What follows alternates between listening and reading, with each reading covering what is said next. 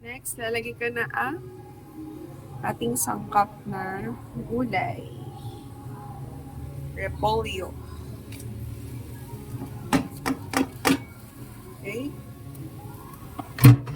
Haluin lang natin ng konti.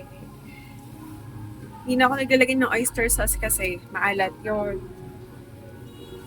Bawal ang maalat. Lalagyan lang natin ng pamintang durog. Simmer lang natin yan ng saglit lang. Okay. Then, I'll add 2 eggs for them.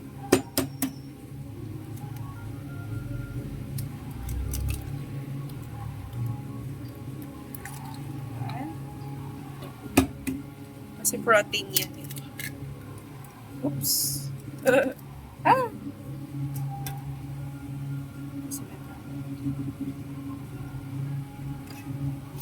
Then, lalagyan natin ng spoon. Then, add a little bit of water lang.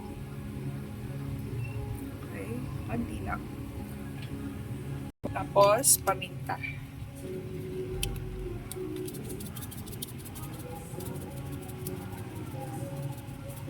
Okay na. Yan. Ini. Haluin ko na. So, hindi na ako naglalagay ng Knorr cubes. Dati naglalagay ako. Ngayon, okay na to. Yeah. Tapos, takpan natin mga 30 seconds. Takpan ko lang siya for 30 seconds lang. Sabitan ko. Yan. Okay. So, ayan, ready na siya. Okay na yan.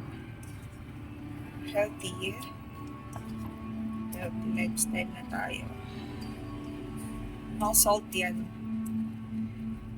Okay na. Ito na.